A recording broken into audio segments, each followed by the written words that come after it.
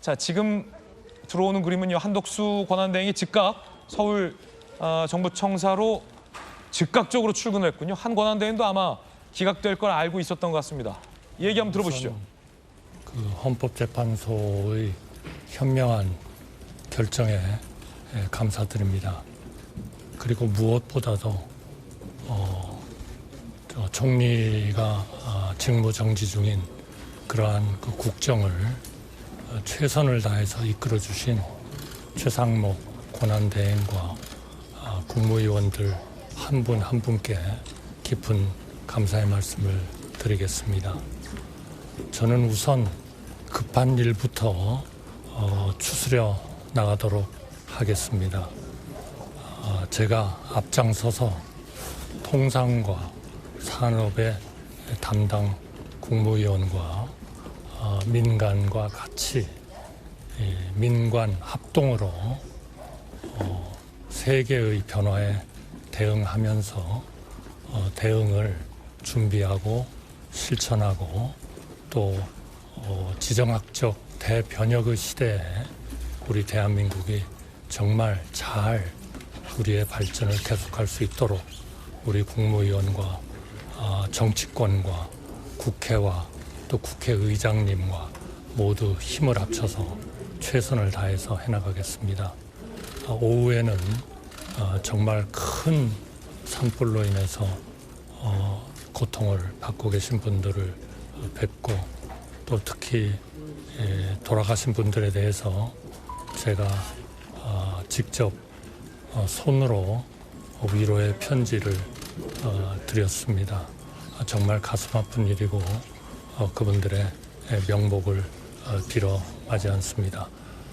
우리 모든 국민들은 이제는 극렬히 대립하는 정치권에 대해서 그러지 말아야 된다는 목소리를 확실하게 내고 있다고 생각합니다.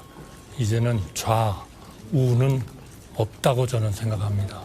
오로지 우리나라가 위로, 앞으로 발전하는 것이 정말 중요한 우리의 과제다.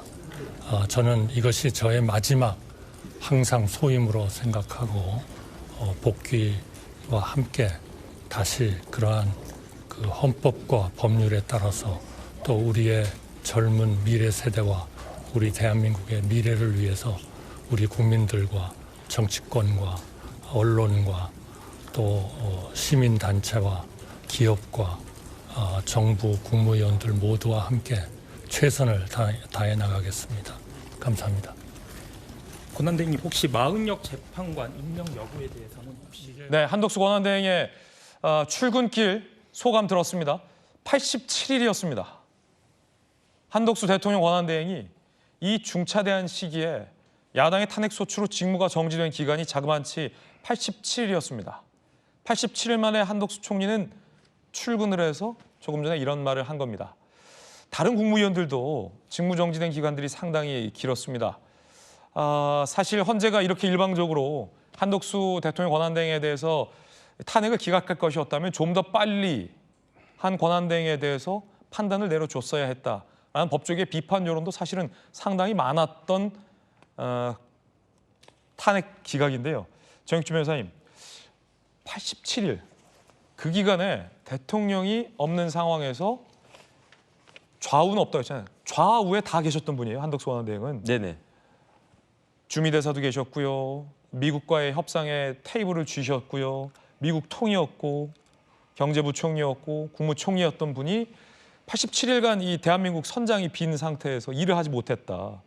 이 책임은 누가 져야 되는 겁니까? 민주당이 져야 되는데 뭐 민주당 사과 안 할 거라고 조기현 변호사님도 말씀하셨는데 그 말씀이 맞을 거라고 생각하고 저는 기대하지도 않습니다. 한덕수 총리는 어떤 사람이냐면요. 사무관부터 국무총리까지 하셨던 분이에요. 사무관으로 시작해가지고 국무총리, 그것도 누구 때 국무총리였습니까? 노무현 대통령 때 국무총리까지 하고 그다음에 이제 MB 때 이명박 대통령 때 주미대사하고 그리고 다시 국무총리가 되신 분인데 그렇게 오랫동안 공무원 생활을 했었어도 대통령 권한 대행까지 될 거라고는 생각도 못했을 거고요. 거기에다 한 발 더 나아가서 탄핵까지 될 거라고는 아마 꿈에도 생각 못했을 것이다. 저는 그런 생각이 들고 되고 그다음 뭐 이런 부분들보다도 이 한덕수에 대한 탄핵 기각의 의미가 무엇일까 제가 생각을 해보니까 지금 보도자료 나와가지고 제가 잠깐 봤거든요. 뭐라고 되어 있는가? 이제 뭐 정계에서는 인용이라고 이야기했고 문영배, 이미선, 정정미, 김영두 재판관은 그 마은혁 후보자를 임명하지 않은 게 위법한 것은 맞다. 하지만 파면에 이를 정도로 중대한 것은 아니다. 이렇게 되어 있단 말이죠. 저는 거기에 대해서 좀 이상하다라고 생각하긴 하는데 제일 중요한 건 뭐냐면요. 더 이상 한덕수 대통령 권한 대행은 마은혁 후보자를 헌법재판관으로 지금 당장 임명하지 않아도 된다라고 하는 그런 허가증을 헌법재판소에서 실질적으로 발부하는 것이 아닌가 저는 그런 생각이 들고요. 그렇기 때문에 윤석열 대통령에 대한 탄핵 심판은 8인 체제에서 나올 수밖에 없을 것이다. 그리고 또 하나 사이드로 중요한 거는 과연 이 상황에서도 민주당은 최상목 이제는 경제부총리입니다. 이제는 그렇죠. 대통령 권한 대대행 아닙니다. 최상목 그 부총리에 대해서도 어쨌든 또 그냥 탄핵까지 살지 그거 하나 보는 게 이제 그 관전 포인트가 아닌가 생각됩니다. 네. 자, 야당도 셈법이 좀 복잡해질 수밖에 없을 것 같습니다. 최상목 경제부총리에 대해서 아까 썩은 감자 바구니에서 도려나겠다라고 했는데 한덕수 대통령 권한대행에 대한 야당의 탄핵 소추가 이렇게 일방적으로 기각이 됐기 때문에 최상목 경제부총리에 대해서도 탄핵을 강행할 것인가? 대통령 권한대행 아니고 경제부총리니까 151석 이상 갖고 탄핵할 수 있겠군요. 탄핵합니까?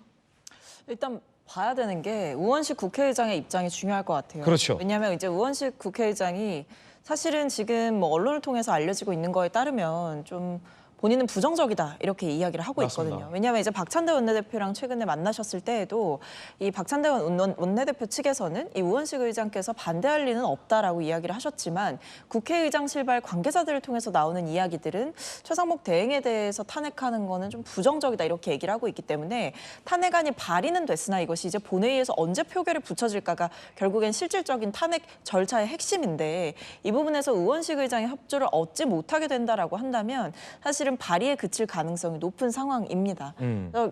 그리고 민주당 입장에서도 저는 오늘의 이 결과를 보면서 어느 정도의 속도 조절론에 대한 그 요구들은 더 분출할 수 있을 거라고 봐요. 왜냐하면 실제로 의원총회에서도 결론이 나지 않았던 이유는 지도부의 그 결정을 이름했던 이유는 의원들 간에도 의견이 분분했기 때문입니다. 그래서 아마 그동안 이제 신중론을 펼쳤던 그러니까 최상목 대행이 다 잘했다는 건 아니지만 잘 못하고 있는 부분이 확실하고 탄핵 사유가 충분하다라고 생각하지만 이것이 정치적으로 우리에게 얼마나 실익이 있느냐를 따져봐야 된다라는 일종의 신중론을 주장하는 의원들의 주장에 저는 조금 더 힘이 실릴 가능성이 네. 있는 상황이 됐다. 그래서 원내 전략에서 저는 원내 지도부 차원에서 판단을 보다 심사숙고할 필요가 있지 않나 싶습니다. 이제 박성민 최고의 쓴소리였습니다. 원내 지도부가 좀 더 신중해야 된다는 쓴소리도 나왔습니다.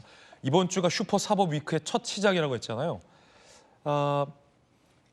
이번 주에 나올 주요한 헌재와 법원의 선고는 제가 아마도 뉴스특보 등으로 진행을 할 것 같습니다. 그중 첫 번째 한덕수에 대한 기각 소식 지금 전해드리고 있는데 주진우 의원님 정치 스케줄을 보면요. 네. 오늘 한덕수 대통령 권한대행에 대해서 무려 7대1로 기각이 됐잖아요. 그중에 두 명 심지어 각하 의견까지 냈잖아요. 자, 줄탄핵에 대해서 줄각이 나오는데도 야당에서 지금 사과도 않고 있는 것에 대한 정치적 역풍도 좀 있을 것 같고 네. 그 상황에서 최상목 경제부총리에 대해서 탄핵을 철회하지도 못하고 탄핵을 밀어붙이지도 못하는 어정쩡한 상황도 펼쳐질 것 같아요. 네. 그리고 이재명 대표에 대한 2심 선고 결과가 만약에 야당이 원하는 결과가 나오지 않는다면 이 국민적 여론 이거 어떻게 보십니까?